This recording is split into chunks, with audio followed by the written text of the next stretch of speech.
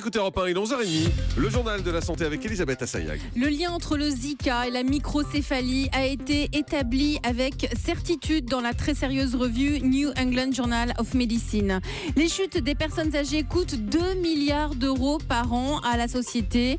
Et puis, les autorités américaines viennent de le recommander vivement. Un cachet d'aspirine par jour éloigne le risque d'infarctus. Le lien entre Zika et la microcéphalie est établi désormais avec certitude. Des chercheurs américains ont établi pour la première fois avec certitude que le Zika peut provoquer la microcéphalie du fœtus. Cette étude a été publiée en ligne dans la très sérieuse revue New England Journal of Medicine. Les autorités avaient une forte présomption que le Zika, surtout transmis par une piqûre de moustique, pouvait provoquer cette malformation chez les fœtus des femmes enceintes affectées, mais ils n'en étaient pas encore sûrs.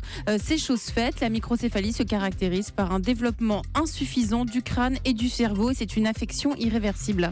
Les chutes des personnes âgées coûtent près de 2 milliards d'euros par an.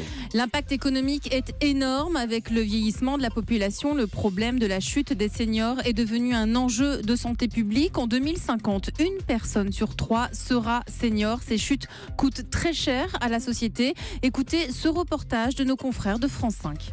Plus de 450 000 personnes âgées de plus de 65 ans arrivent aux urgences chaque année à cause d'une chute.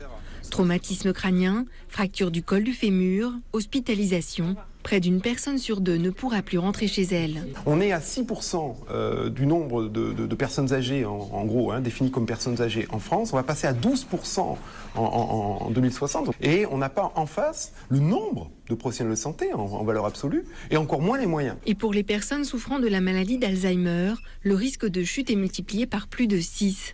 C'est donc pour ces patients qu'une étude vient d'évaluer un dispositif de vidéosurveillance capable de détecter un problème jour et nuit. Les nouvelles technologies telles que la télévigilance, c'est-à-dire des caméras cryptées intelligentes qui vont alerter le personnel dès que la personne a chuté, quelle que soit la chute, brutale ou non, qui va permettre donc d'éviter toutes les complications de la station prolongée au sol, qui va entraîner une baisse de la température corporelle, des infections pulmonaires. Une intervention rapide permet de limiter la gravité des séquelles de la chute et donc son coût. L'économie évaluée pour les seuls établissements de soins serait de 72 millions d'euros par an. Le mariage est facteur de survie de patients atteints d'un cancer. Une étude américaine de l'Université de Californie révèle que les patients atteints de cancer ont plus de chances de survie s'ils sont mariés. Les chercheurs ont étudié les données de près de 400 000 hommes et femmes entre 2000 et 2009 aux États-Unis. Ils ont établi que les personnes mariées étaient plus nombreuses à survivre du cancer et donc à allonger leur espérance de vie. Plus encore, dans cette étude, les chercheurs ont démontré que l'origine ethnique des malades mariés influait aussi sur leurs chances de survie. Le résultat le plus flagrant concerne les hommes blancs non mariés qui, d'après l'étude, ont une mortalité supérieure de 24% par rapport aux hommes mariés du même groupe. Les femmes blanches non mariées ont une mortalité de 17% supérieure aux femmes blanches mariées. Et puis remplacer le beurre par l'huile végétale n'est pas meilleur pour la santé. L'étude publiée dans le British Medical Journal suggère que l'huile végétale serait pire que le beurre en termes de prévention des risques cardiovasculaires. L'huile végétale n'est pas du tout meilleure pour le cœur. Une étude dirigée par des chercheurs de l'UNC School of Medicine aux États-Unis, en collaboration avec le ministère de la Santé américain, a conclu que les huiles végétales seraient encore plus néfastes en matière de risque cardiovasculaire. Donc n'en abusez pas si on en croit cette étude.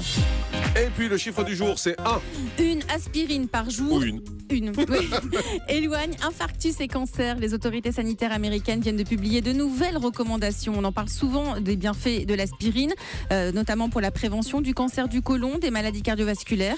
Les personnes âgées de 50 à 59 ans qui ont donc un risque accru de ces maladies peuvent réduire leur risque d'infarctus d'AVC en prenant une aspirine par jour. Merci beaucoup Elisabeth Assayag.